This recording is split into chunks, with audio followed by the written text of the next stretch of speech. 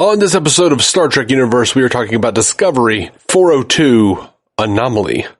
Right after these words from our mystery sponsors.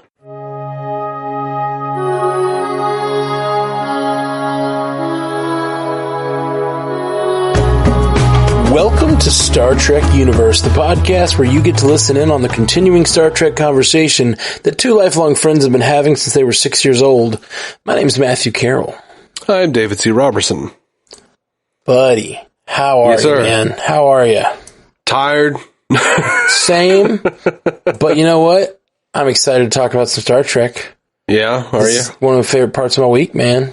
Get to just yeah, for sure. That's nice. Getting to watch Star Trek in general is always a pleasure. And I feel like for 20 years, it felt like there was nothing on. And now it's just like every week we get new Star Trek.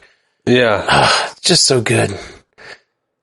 And, this was a fun little episode. I felt like it was kind of a, connecting the pieces episode, you know? Yeah. I was not a huge fan of this episode. I saw it was directed by Olatunde Osunsanmi, and that usually means quality. And then I watched it and I was like, I'm bored.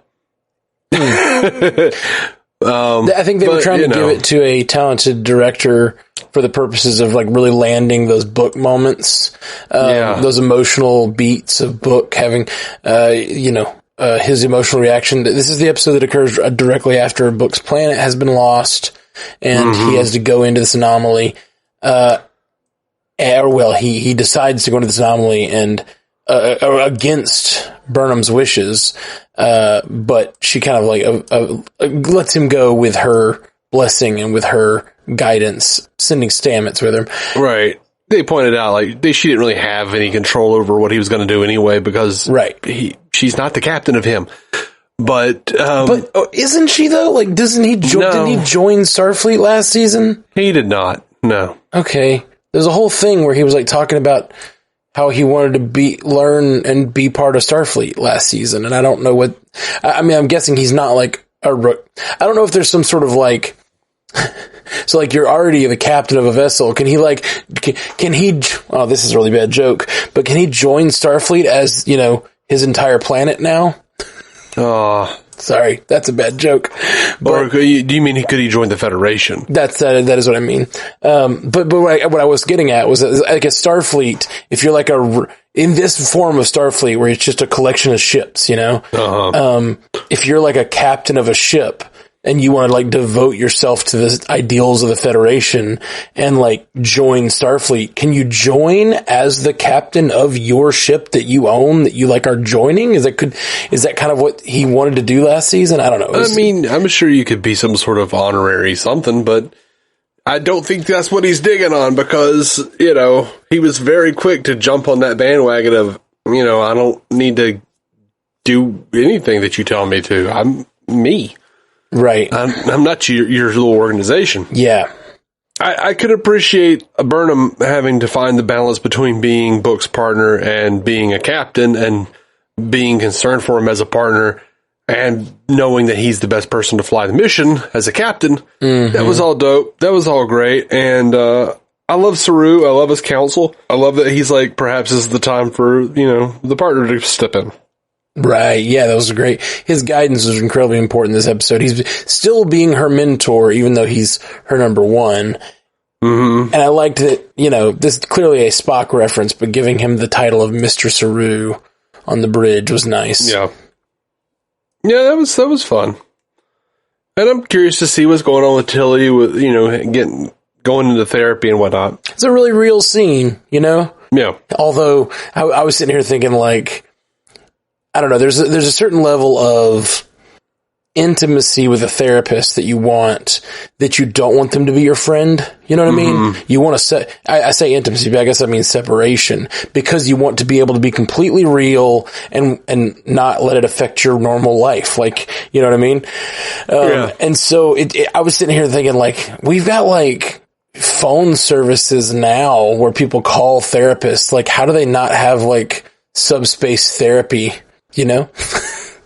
Why is she gonna, get her friend to do therapy with her? That seems weird. To give Culber something to do. That's a good point. It's a good point. Culber is like the most active member of within the stories. He's almost always one of the most active members with the least to do. Yeah, a little bit. He's always like super involved in all these decisions and helping people. That's his role. His role is the guy. He's the counselor. But it's interesting. I will say this. I am.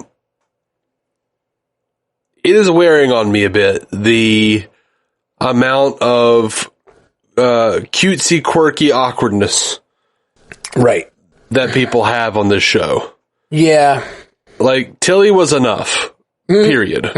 Tilly, all on her own, was enough. And then they bring in Adira, who is looking up to Tilly and also just as quirky and awkward. And then they have Gray, who I have decided is not a good actor. Oh, yeah? And I am just... It's enough with the delivery of, like... It feels like Danny Tanner talking to DJ at the end of Full House. Every time Gray talks to Adira.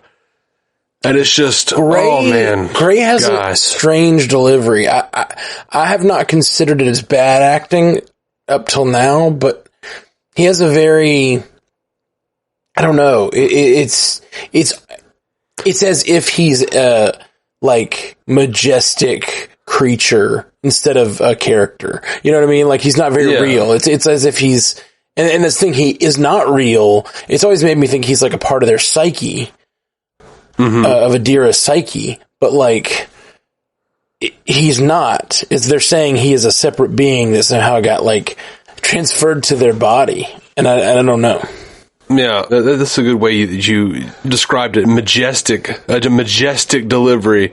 It's just ham-fisted and just so over the top that it feels like it's from like some sort of fairy tale or something. Right. It feels almost angelic, which is how he was introduced into the story, as this sort of like guiding figure for Adira that was like maybe real, maybe not. And now we know that he is real, and I don't think they've made that transition yet. And I'm wondering, once he gets a body, and we got I felt like there was a little bit this episode where he felt a little more real when he started talking about his own desires.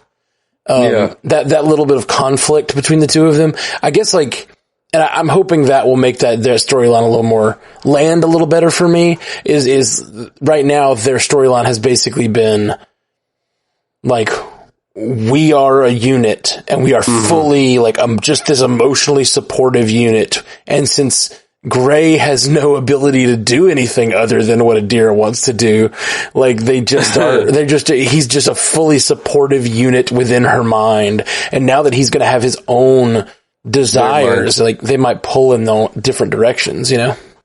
Yeah. But so far it's just Adira being like, I don't feel like I have good self-esteem, and I don't know if I'm confident enough to do this. And then Gray going, well, DJ, I believe in you, you know, and the da-da-da-da-da-da-da from Scrubs comes in. Like, a lesson is learned. I'm just sick of it. I hope when Gray gets a body, he becomes a total dick. And we get like a real like shift in the acting, because I don't know if I can take this. This is bad. I don't know how I feel about Gray. I haven't considered it bad acting, but I see where you're coming from. It's a weird delivery for sure.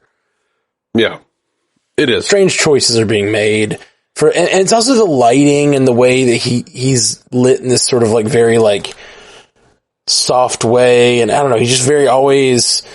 If he feels angelic all the time, and he's only there in the quiet moments too. That's part of the problem. Like, he's very rarely there when Adira is in the middle of like, an action sequence or something. It's like the furrowed brow, slight smile, constant shaking of your head every time you say a syllable. It's just like, oh, it's so bad. To jump on your bandwagon a little bit. I'm not going to fully bandwagon with you, but just to jump on it a little bit. Yeah, you can never just be in agreement with me, man. You just I haven't had that negative opinion, so I don't like hearing a negative opinion and just being like, well, I'll agree. I'm fully with that. Okay, I understand that. I don't want to be more negative than I feel. But one thing this episode I found annoying for their relationship was how much Gray needed to communicate with the doctor. And so Adira had to pass that information back and forth. And they tried to write it in a sort of clever way, or like a way that each phrase was a little different and each passing was a little different. But that got tedious. It got really tedious really fast. Yeah. So that's another issue here we're having with this. So yeah, I'm hoping this. What'd you think of the Picard call out? It felt like a little much. I didn't care. Like, soon was enough. Like, it felt like it was pushing a little too hard for me. And, that's a small quibble, but I still kind of went, okay. Well, it is kind of a fixing of canon a little bit, because if in Picard they basically learned to completely cheat death, why wouldn't everyone do that forever? Right? Right. So, like, at least in this situation, they did say that, like, it worked for Picard, but then after that they tried it and it was like really unsuccessful. So yeah, that's kind of an interesting way of thinking about it. It's like they're just trying to make sure, like, that's why death matters on Discovery. Like, yeah. Which also felt like a bit of a cop-out. But, like, why would it work for Picard? Right. They should have done. They should have said, like, that it happened with Picard, and then they're like, well, how did it work with Picard? And Culber goes, it didn't. And you'd be like, what? Yeah, that would be we've talked about this show making big swings before. That would be a big swing. Like, oh, that'd be great, though. Trapping the Picard series into having to do something different. It really would. It would be like, what? And honestly, it would make all the Picard fans come watch this episode. Like, wait, what happened? Oh, man. Yeah. Okay.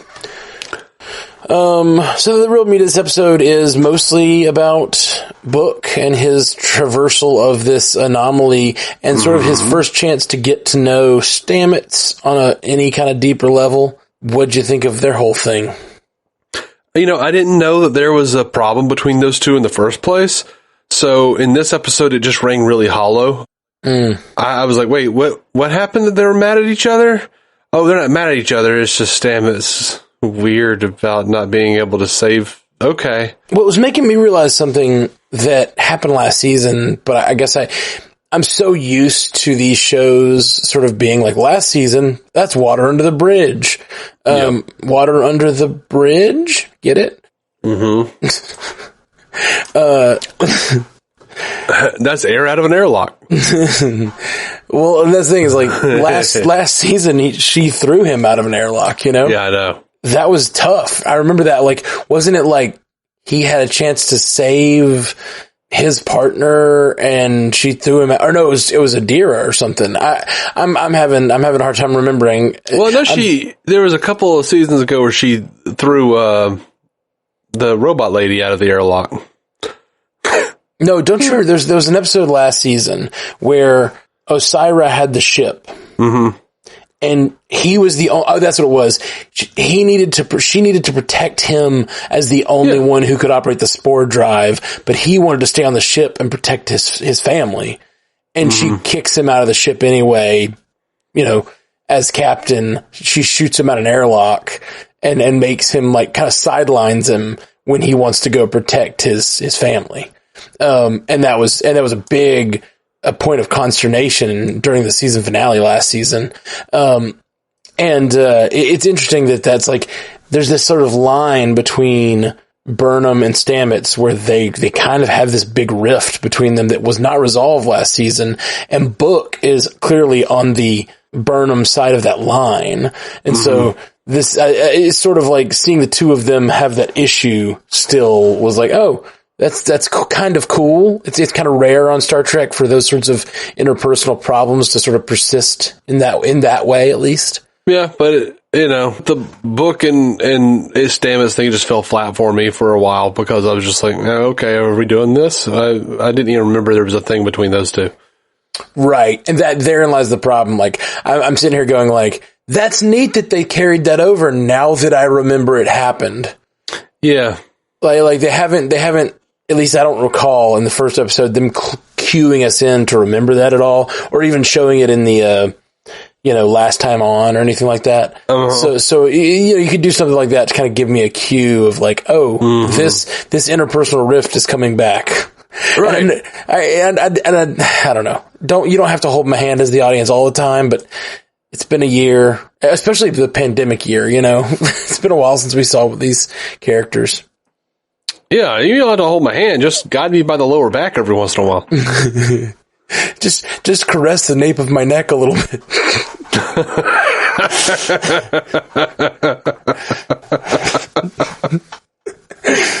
Oh. Just lumbar lead me a bit, Just... Yeah. Oh man. Oh goodness. So yeah, this is this episode. Yeah, and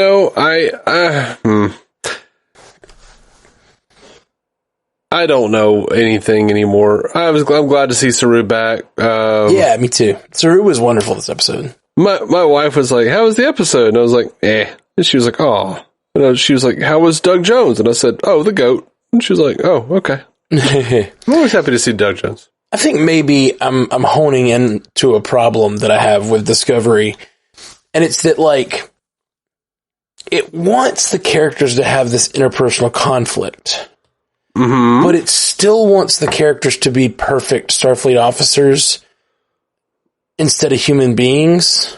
So like people sort of vacillate between like... Ooh, vacillate. That's a big word for a pie-eyed drunk. For a pie-eyed drunk. People, they tend to vacillate between like petty squabbles that are sort of quickly overcome and like big ideals that they live up to. Does that make sense? They're like, I'm going to give you the perfect speech you need as this officer, and then I'm going to turn around and tell you the exact thing that I don't know. Yeah. Like, then we're going to fight over something that matters less. That's why I do remember that conflict last season between Burnham and Stamets, because that was one of the few conflicts where I was like, ooh, that is a real conflict. That is a real thing that she just did to him that is hurtful, but also understandable, Yeah. And it took me way too long to remember that it even happened. Yeah, same. It's like, I don't know, that should have been... Well, he makes that joke, and that's what made me remember it. And I don't think it was, they didn't hang enough of a hat on that. I hate to say it, because I hate to be like, especially as a guy who does a podcast about this show, but it wasn't until he made the joke about the airlock that I was like... Oh, right, the whole airlock thing. Yeah, and I was like, dude, is he really, like, doing some gallows humor about Arium? Like, she had to do that. Oh, no. That's what I was thinking, because I totally forgot about that for a minute. No. And then I was like, oh, wait, I think he did, yeah. Yeah, she kicks him out of an airlock. But, yeah, for a minute, I was just like, holy shit, that got dark. Like, what are you doing? Like, were you holding on to that for, Stamets?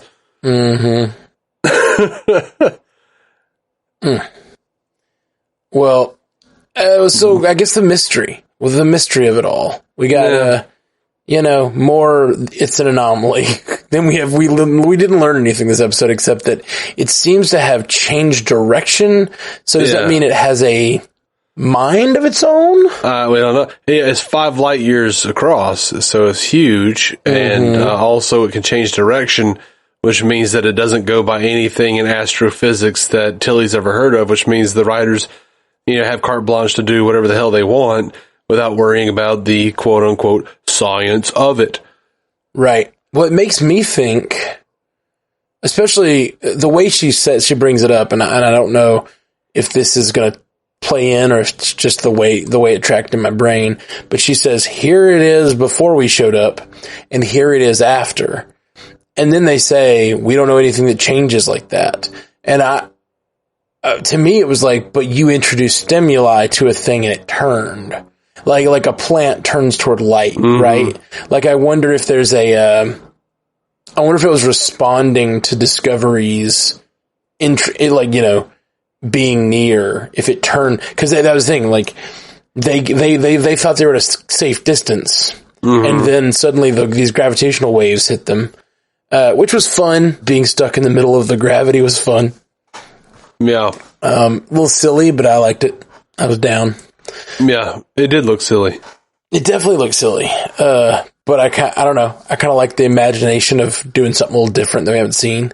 Yeah, sure. That's fun.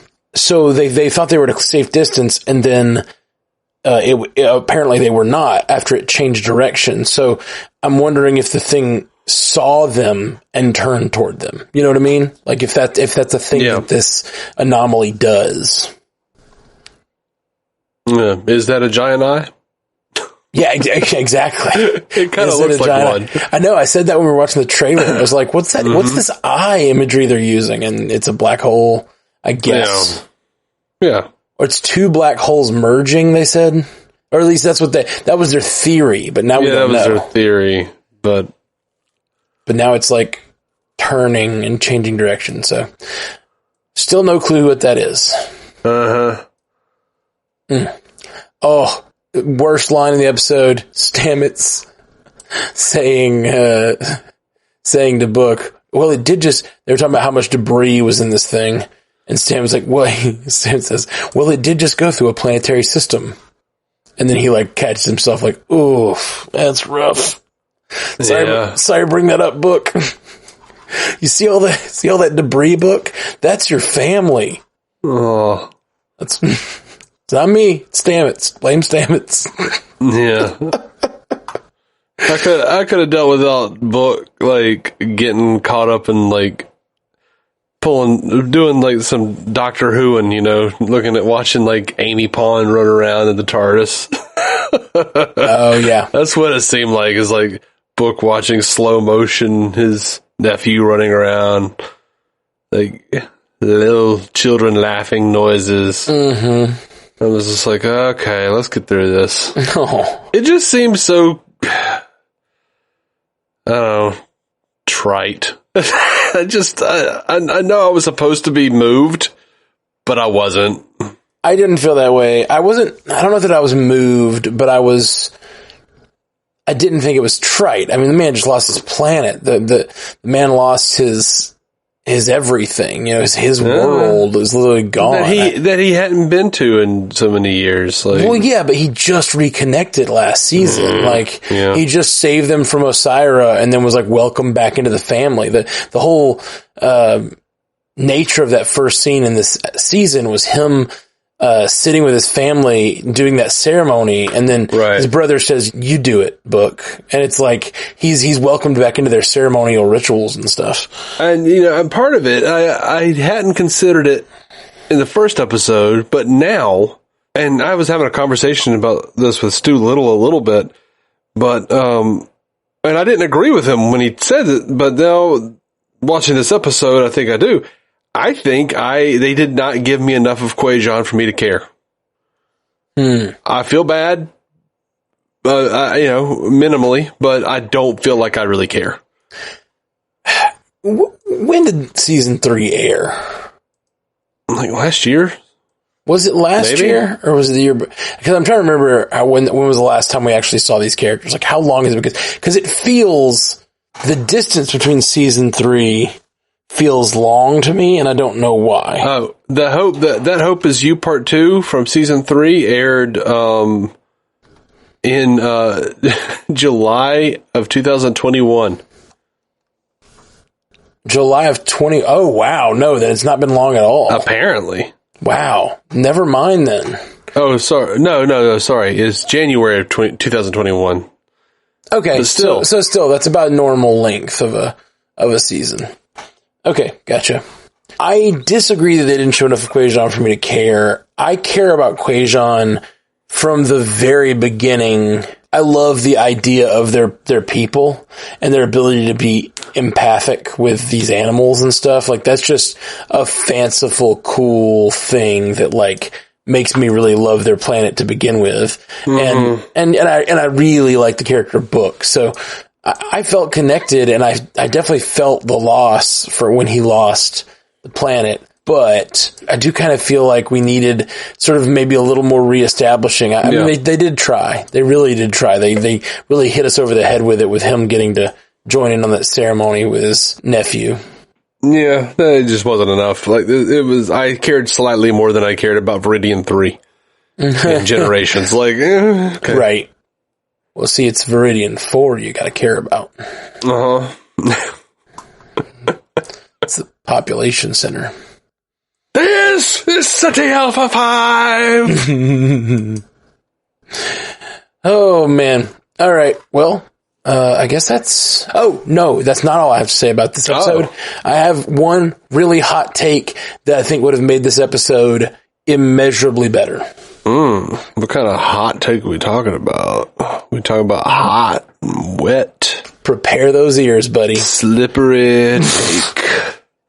Prepare those ears to receive this penetrative take. I'm lathering it up. Stamets should have been lying about the data. It would have made this episode so much better and more complicated.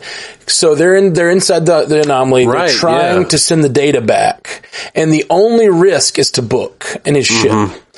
And Stamets is sort of this uncaring character who, like, is just all science, not really, like, touching base with the people.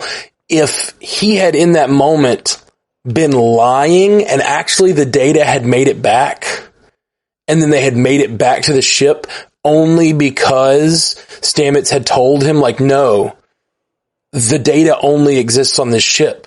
Once we came untethered, we've not been able to send any data. It only lives here.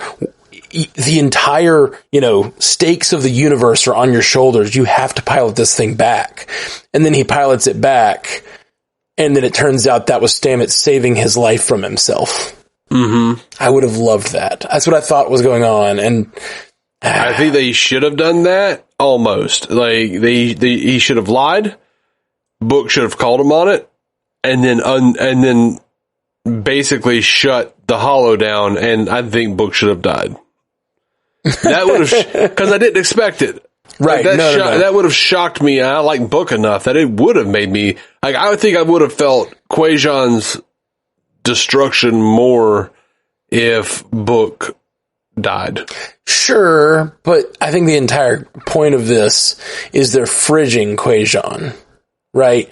Like, Kwejian is being destroyed to make Book's character interesting. And that's why, yes, I agree with you. I knew Book wasn't going to die this episode. There was no chance because, like, they have this huge plot point of his planet dying because now he is. You mentioned Doctor Who a minute ago. Now he's the last of his kind. You know what I mean? Like, he's that guy that always makes for an interesting character. It gives them a lot of pathos. And so, like, they've already built this character that I liked from the beginning, from the very first episode of season 3. And now I really, really like him. And now they've, given, like, I know they've spun a million things off of this show.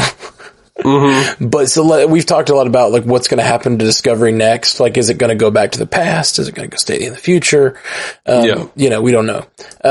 I would be fine if they left and then we got a book show about the whatever century this is. I could see it. I could totally see that ship being like a show of its own. Yeah. Oh, the ship named itself. Oh yeah. The ship named itself Zora. Yep. Like from the short. Yep. That was cool. That is correct. I thought we got that last season. Did we not get the name last season? I mean, we knew the name from that. The short, yeah. The short, but Odyssey. I can't remember if it happened last season. Yeah, I thought that was just something that Saru didn't know because Saru had left. It's so bad. I don't remember Discovery. I have such a hard time remembering what happened sometimes. Yeah, I get it. Me too. And I hate that because I like Discovery. I'm frustrated with the structure of Discovery. I've talked about this before, but like the way that it like is one big idea per season, and we have to wait on that one big idea. And if that one big idea fails, then the whole show seems to fail. Yeah.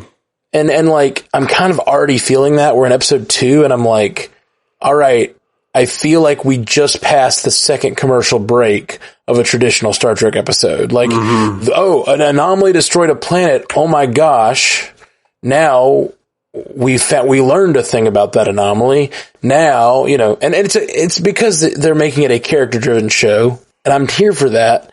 I'm all for the, exploration of the format of Star Trek and trying new things, but I guess just the big ideas is one thing I really like about Star Trek, and like they're not giving us big ideas within the bigger idea of the season. So like this episode is just technobabble riding around in there's no sci-fi concept that's novel here. It's just them riding around in an anomaly, I think you're right. I think it is like we would have, like in Next Generation, they would have in the second act. This episode is the second act bit of them sitting around the table going, all right, well, we sent a probe in during the commercial break, and it turns out the thing's moving. Yeah, and instead we get this really cool scene where he is the probe and he goes in and gets the information, but like the big idea is not. So this show, I think I've got to recalibrate because this show is not about the big idea. Mm-hmm. And unfortunately it tries to be, but it isn't. It's it's trying to be about the characters instead. And I come to Star Trek though, at least partially for the big ideas. I can't hate on the show for wanting to, instead of tell a story about an anomaly, it wants to tell the story about a man's grief. Like that is infinitely more interesting. But I also would like an interesting anomaly story that also highlights something about the human experience, No, I think I'm more interested in the anomaly. I get it. Everybody died. Yeah, everybody died. Okay, cool. Let's talk about this anomaly. What is it? Space has no complexity next to a man's soul, Dave. Yeah, but... Yeah. It can. If we force it to, it's up to the writers, especially if what you think you're talking about is true, and the anomaly looked at him like, we're talking about the soul of an anomaly here. Like, that's a lot cooler than the book's soul. Book's just a guy who talks to animals. He's basically space Aquaman. He's space Dr. Doolittle.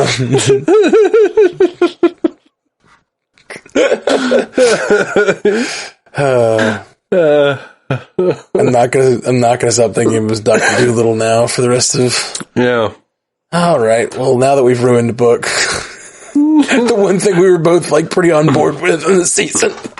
Look, just because we stumbled upon it, and it turned out, that he's a lame character, it doesn't mean that we ruined it. The writers, I think, ruined it. They made him Space Aquaman. How can we? Anyway.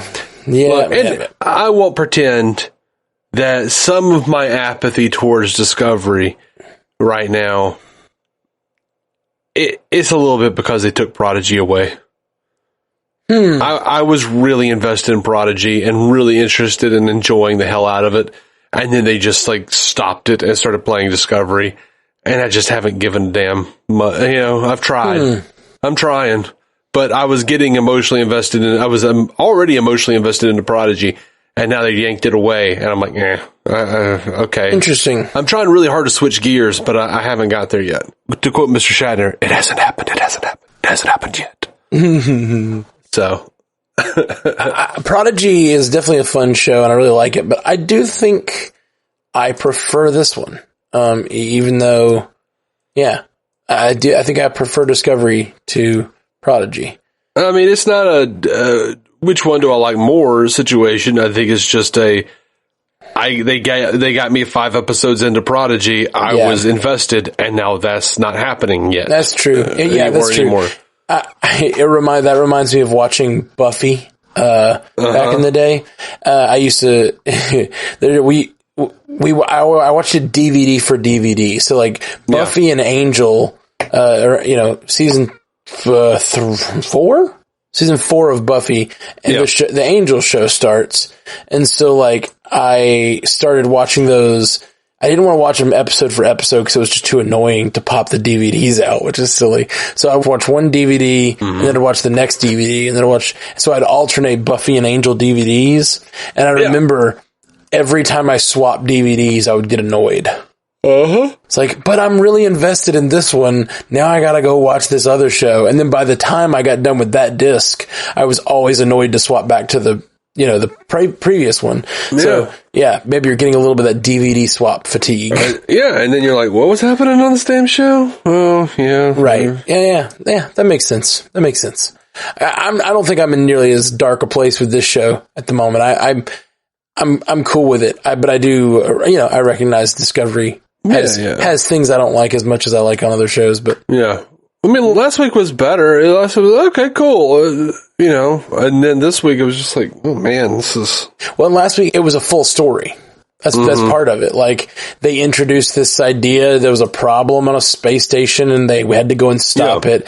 And it was and you find out it was her Kobayashi Maru or whatever. It was not her Kobayashi Maru, but it was like a test that the president was giving her. Like that. That was an interesting episode. This one is him grieving, which is. It is interesting, but like, there's no sort of arc, I feel like, to this episode. There's not like a beginning, middle, and an end. It's a middle, and that's not as satisfying inherently. Yeah. That's all true. Cool. Well, I guess that's about it for us guys, right? You got anything else you want to say about this episode? Nah. Oh, one thing I did like on the console of the ship. They have that programmable matter that he's like touching with his hands and stuff. I guess there was a problem with one of the components down in the ship, and it brought it up to them to work on it. Did you see that? Oh. Yeah, there's like a little... I didn't notice that. That's neat. There's like a battery or something. They're like, this is needs work, and it like literally comes out of the console as if the ship like brought it to them. Which makes sense how he can pilot the thing by himself and do engineering and do whatever he needs to do when he can like do repairs on things.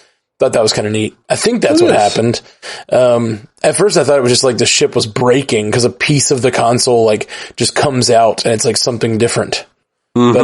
But I get, then Stamets does a little work on that one component so they can keep flying. Nice. So that was kind of cool. Didn't notice it, but I'm glad you pointed it out to me. All right. Well, thanks, guys. We're gonna shuffle off. Yeah, man. Joel on true. I'd say live long and prosper, but when I was growing up, for at least a couple of years, there was a kid in my class that I hated named Kwejian. And maybe that's my real reason for not caring. You're like, Kwejian finally got his. Finally got his. Little bastard used to run up behind me and hit me in the back of the head every day. Couldn't stand that piece of shit. Well, live long and prosper, guys. Thank you for listening to the Star Trek Universe Podcast, a Stranded Panda production. If you'd like to hear more from David C. Robertson, check out the DC On Screen podcast or maladjusted.tv for his web videos. If you'd like to hear more from Matthew Carroll, check out the Marvel Cinematic Universe podcast or listen to his music. Just search for Matthew Carroll anywhere you get music.